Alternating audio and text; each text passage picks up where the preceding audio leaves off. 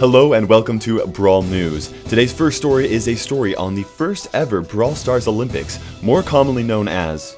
Really? Really, Jerry? You want me to say that? More commonly known as the Brawl Olympics. Covering the story, we have our chief brawl analyst, or brawlnalist. Jerry, seriously, what is up with you? Covering the story, we have our chief analyst, KairosTime. On to you, Kairos.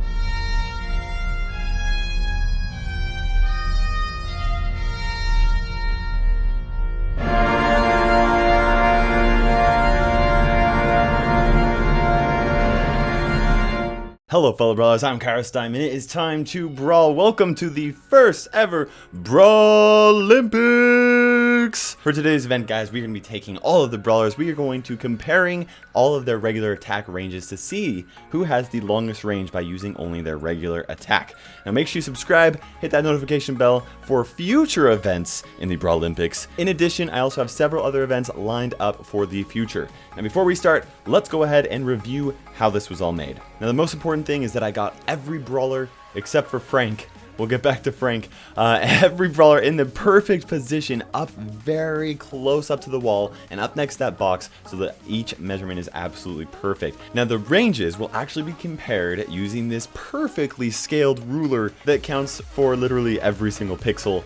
It took me like 2 hours to make, guys. It was way too long, but it is accurate. And additionally, guys, because the brawlers are directly next to the wall over onto the left side of things, I actually had to make an adjustment for the ruler to be positioned slightly over to the left as well so that every pixel is accounted for. Without further ado, let's go ahead and check out the first set of brawlers, the melee brawlers, Mortis and El Primo. In the very last place, 15th, El Primo, you can see, has the shortest range in the game with a range of 3 tiles. Mortis is not far behind in 14th place with 3 1/3 tiles. Up next, we have the close range of brawlers, and that is in 13th place. We have Bull with a range of 5 tiles, and Daryl and Frank actually tie for 12th place at 5 2/3 tiles. You may notice, like I said, that Frank was 1/3 tile shifted away from the wall. The guy was trying to cheat, trying to spoof his ranges and wouldn't let him. I actually adjusted the image to make sure that it did fit perfectly so that you guys can compare that and see that. Next, we have the medium range brawlers. Taking 11th place, we have Nita with a range of 6 1/3 tiles, and 10th place is actually a tie between Shelly and Poco with a range of 7 tiles. And then of course, guys, Tara has slightly longer range than both of them with a range of 8 tiles, which places her in 9th. Up next, we have the medium to long range brawlers, and that is going to start off with Crow with a range of 8 1/3 tiles. Following behind him is a tie for 7th place between Colt and Pam. They're only 1/3 of a tile longer than Crow, which brings them to a total of 8 2/3 of a tile. Finally, we have the long range brawlers, okay? Tying for 6th place, we have a 4-way tie, guys, which is absolutely insane with 9 tiles, including Dynamite and Barley, and then also Penny and Jessie. One thing to note about the throwers is that they actually have an attack range of about 7 tiles. I know it looks like it's a little bit less than that, but you just base it off of the center of the circle and then double check the radius, and that gives you the exact center of that. For them, you can see that 7 tiles plus a 2 tile radius, which does bring them up to that 9 tile range. Now, one thing that is important to notice about these two is the fact that it seems like Dynamite actually has a longer range than Barley does. Why is that? It actually is just because Dynamite's projectiles are thrown faster than Barley's are. That being said, they actually have the exact same range. Penny and Jessie are also at that 9 tile radius, tying them with the throwers at 6th place. But once again, it kind of actually feels like Penny has a longer range simply because her projectile actually shoots faster than Jessie's. Up next, we have Bo coming in 5th place. Bo's range actually measures out to be about 8 1/3 tiles, but once it does hit that range, that is the center of the explosion, and the explosion has a radius of 1, which means that Bo actually has an effective range of 9 1/3 tiles. It is getting close here, guys. We are down to the final 4, and in that 4th position is Ricochet with his regular attack range of 9 2/3 tiles. This does place him in 4th place. However, if Ricochet actually stands right next to a wall and shoots directly at it, it will bounce off of that wall, gain a distance boost, and bounce in the opposite direction, increasing his range by 1/3 tile, which brings him actually up to 10 tiles. Now, although this is very situational and does require a ton of skill to pull off consistently in the heat of battle,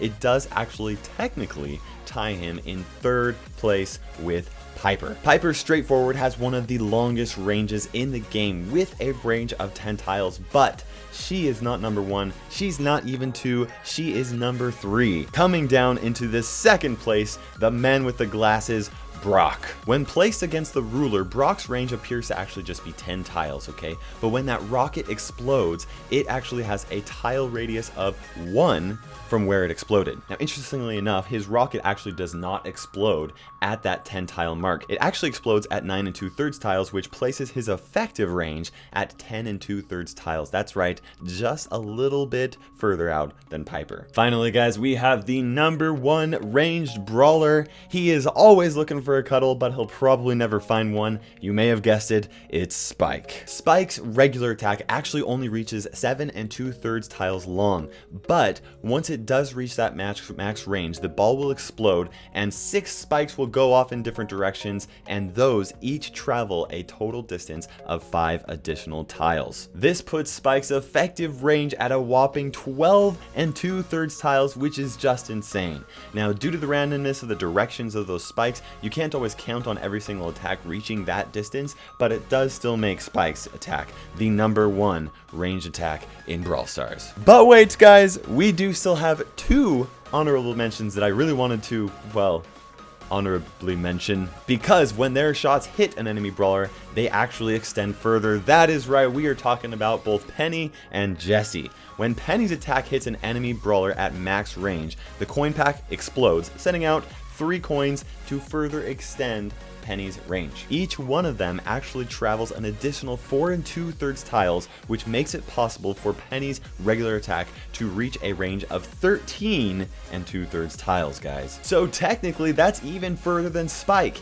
And even more than that, we have Jessie. If Jessie's attack hits an enemy brawler at max range, the zap will travel toward the next closest brawler. Now, this was a little tricky to measure, guys, but by using the power of math and my good friend Pythagoras, I was able to calculate this additional range to be an additional 6 1/3 tile per bounce. That means that after it bounces once, and if it happens to bounce another time, it will actually travel an additional 12 2/3 tiles, guys, which is absolutely insane. That brings Jessie's max total range to a whopping 21 2/3 tiles. Now, guys, just to put that into a little bit of perspective, that is actually less than 1 tile short of Daryl's super range. Just insane. I wanted to give a huge shout out to everyone that helped me with the making of this video. They saved me a ton of frustration trying to figure all this out with bots, and that includes Shadow Jutsu, Portal, Cradu, Christina, and Illustria. Now, guys, as a special treat for making it clear to the end of this video, I made a really cool graphic that you can actually download. There's a link in the description below, and that graphic actually compares all of the Brawlers ranges just right there as a quick reference for you for future matches. Anyways, guys, I hope you enjoyed this. For now, this is KairosTime ticking. Wait, what the heck? Hello? Yeah? I think I could do that. Anyways, back to you, news guy. Thank you, KairosTime. I don't know about you, but I'm definitely going to be subscribing and hitting the notification bell so I do not miss any more of Brawl Stars Olympics. Up next, we're going to turn the time to Carol for a chilling story as to why you should always be careful when there's a Shelly in the bush.